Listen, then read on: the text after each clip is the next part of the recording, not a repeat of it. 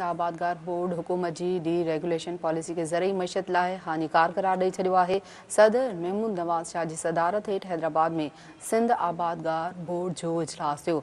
इजलास दौरान फसलनि जी मौजूदा सूरतहाल जो जाइज़ो वरितो वियो। आबादगार बोर्ड तरफ़ां ज़रई जिन्सूं ॿाहिरि मोकिलण जी इजाज़त ॾियण ऐं ॿियूं सिफ़ारिशूं पेश कई वियूं। ज़रई जिन्सुनि जे अघनि में ऐं पैदावार में घटिताई ख़र्चनि में वाध ते मायूसी जो इज़हार कयो वियो। अॻुवाणनि चयो त डीरेगुलेशन वारी पॉलिसी सबबि 900 अरब रुपयनि जो नुक़सानु थियो। उन्हनि चयो त हुकूमत पॉलिसियुनि ज़रिए ज़रई शोबे खे वधीक ॾुखियाईनि में विझी छॾियो आहे।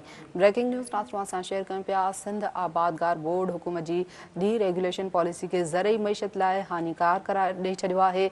सदर महमूद नवाज़ शाह जी सदारत हेठि हैदराबाद में सिंध आबादगार बोर्ड जो इजलास थियो। इन हवाले सां ॿुधायूं पिया त इजलास दौरान फसलनि जी मौजूदा सूरतहाल जो जाइज़ो वरितो वियो।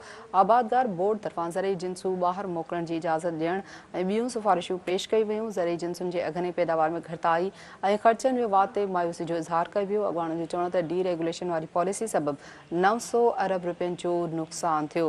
उन्हनि चयो त हुकूमती पॉलिसी ज़रई शोबे खे वधीक ॾुखियाईनि में विझी छॾियो आहे। हम ख़बर नाज़रीन सां शेयर करे रहिया आहियूं। सिंध आबादगार बोर्ड हुकूमत जी डीरेगुलेशन पॉलिसी के ज़रिए मईशत लाइ हानि करार ॾेई छॾियो आहे।